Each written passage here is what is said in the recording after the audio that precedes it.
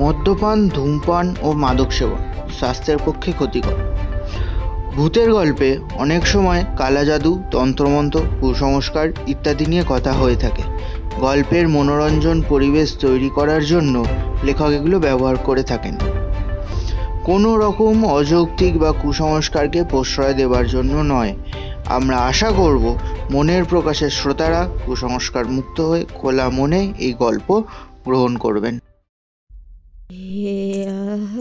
আছে সে আছে সে জানে সে আছে। আমি রিক্তা দাস আজকে আপনাদের সাথে একটি ভৌতিক গল্প নিয়ে আলোচনা করতে এসেছি। আজকে আমাদের গল্প হলো কালো মূর্তি। এটি ছিল একটি চিঠির মধ্যে দিয়ে একটি বন্ধুকে আর এক বন্ধুর জীবনের ভয়ানক দিকটির প্রকাশ। প্রিয় অর্পণ, বহু বছর হলো তোর সাথে আমার কোনোরূপ যোগাযোগ নেই। তুই কি করিস, কেমন আছিস আমি কিছু জানি না। জানিস তো বন্ধু, আমার অবস্থা ভালো না। আমি বিছনা শয্যাশায়ী। বহু কারণবশত আমার স্ত্রী সন্তানকে আমাকে হারাতে হয়। তুই বারবার আমাকে জিজ্ঞাসা করেছিলি আমার এরম পরিণতি কেন হলো। সেদিন ভয় পেয়েছিলাম, জানিস তো, সবাইকে হারানোর ভয়। সেটাই যে সত্যি হবে আমি ভাবতে পারিনি। আজ আমার হারানোর মতো কিছু নেই, তাই তোকে আমি আমার সব সত্যিটা বলে যেতে চাই। সেদিন ছিল গ্রীষ্মকালের দুপুর। হঠাৎই অফিস থেকে ফিরে হন্ততন্ত্রের ছাদে গেলাম। ছাদে গিয়ে একটি প্রান্তে বসেছিলাম। বসে আনমনে ফোন ঘাঁটতে লাগলাম। হঠাৎই আমার নাকে একটা অদ্ভুত গন্ধ ভেসে আসতে লাগলো, ঠিক শ্মশান থেকে যেরকম পাওয়া যায় ধূপ, ফুল, মালার গন্ধ। আমি চমকিত হলাম, এরম গন্ধ হঠাৎ কেন আসছে। সেটাকে আমি বেশি গুরুত্ব দিই, আবার আনমনে ফোন ঘাঁটতে লাগলাম। হঠাৎই আমাদের ছাদের ঠিক উপর দিকে থাকা একটি নিম গাছ নড়ে উঠল। আমি ভাবলাম হয়তো পাখিরা তাদের বাস খুঁজছে, তাই জন্য নড়ে উঠেছে।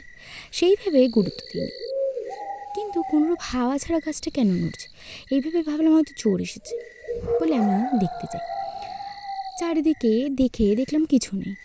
হঠাৎই পিছন করতে দেখি কি জানিস, কি যেন একটা দাঁড়িয়ে আছে। কালো কাপড়ে ঢাকা তার দেহ, মুখ অব্দি ঘোমটা দেওয়া। আমি বারবার তার মুখটা দেখার চেষ্টা করছিলাম। পুরো অন্ধকার, ধু ধু করছে, আর সে পা পা করে আমার দিকে এগিয়ে আসছে। আমি ছুটতে পালাই। আবার কিছুক্ষণ পর মনকে বোঝাই হয়তো আমার মনের ভুল ছিল। সেই ভেবে আবার ফোন কাটতে লাগে। আবারই একটা ধপ করে কি একটা পড়ে যাওয়ার শব্দ। আমি দৌড়ে যাই, গিয়ে দেখি কে যেন একটা বসে আছে পা মুড়ে আমার দিকে তাকিয়ে। চোখগুলো তার জল জল করছে লাল। আমার ভয়তে আমি আর ওখানে থাকতে পারিনি। হন্ততন্ত্র ঘরে দৌড়াই, গিয়ে আমার স্ত্রীকে আমি সবটা জানি।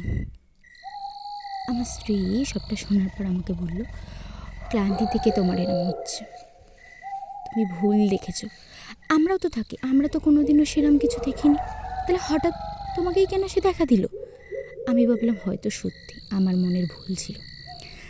সেই মতো ঘটনাটাকে গিয়ে বেশি গুরুত্ব দিই। পরের দিন সকাল হয়, আমি অফিস যাই। জানিস তো বন্ধু, তখন আমার জীবনের সবথেকে আনন্দের সময় ছিল। আমার স্ত্রী ছিল গর্ভবতী, তার গর্ভে আমার সন্তান ছিল। অফিসে যেতেই হঠাৎই একটা ফোন এলো।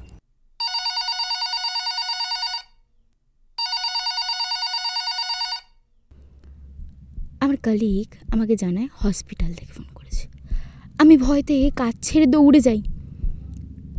গিয়ে ফোনটা ধরতেই দেখি আমাকে ডাক্তারবাবু পাশ থেকে বলছে, আপনার সন্তান আর স্ত্রীকে বাঁচানো গেল না, তারা এই পৃথিবীতে আর নেই।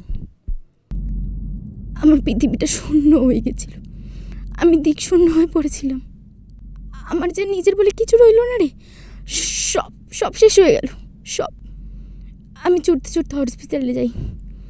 যেতেই আমাকে ডাক্তারবাবু সবটা বলে।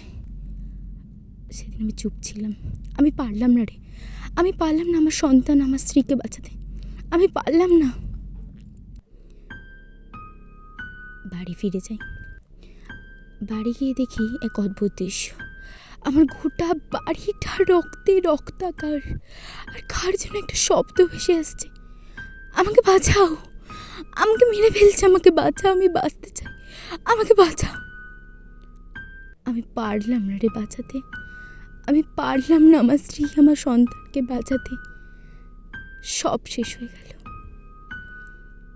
তারপর একটা দুর্ঘটনা ঘটে, যেই কারণে আমি শয্যাশায়ী হই। তারপরেও সে বারবার আমাকে মারার চেষ্টা করেছিল, কিন্তু ভগবানের আশীর্বাদে আমার মৃত্যুটা ঠিক হয়ে উঠল না। নানা জায়গায় গেছিলাম জানিস তো, মন্দির মসজিদ, কেউ পারেনি রে, কেউ পারেনি বাঁচাতে, কেউ পারল না বাঁচাতে। আর এখন শুধু মৃত্যুর অপেক্ষায় জানিস বন্ধু, মৃত্যুই পারে সব ঠিক করতে। আজকে বহু বছর হয়ে গেল একা বেঁচে আছি, আর ভাল লাগে না বাঁচতে। কত সুন্দরই না হতো আমার সংসারটা, সব শেষ হয়ে গেল নিমিষে, সব শেষ। তোকে সবটা বলতে পেরে আমার খুব ভালো লাগছে জানিস তো। বহুবার চেষ্টা করেছিলাম তোকে জানাবো, ভয়তে আটকে যেতাম। আজকে তো আর হারানোর মতো কিছু নেই, তাই তোকে সবটা বলে যেতে পেরে খুব ভালো লাগছে। ভালো থাকিস, আর সশরীরে হয়তো কোনোদিনও তোর সাথে আমার দেখা হবে না। আর কিছুক্ষণের অপেক্ষা হয়তো আমি শেষ হয়ে যাব, আমার মৃত্যুযাত্রা শেষ হয়ে আসবে। ভালো থাকিস। ইতি, তোর প্রিয় বন্ধু মৈনাক। নমস্কার।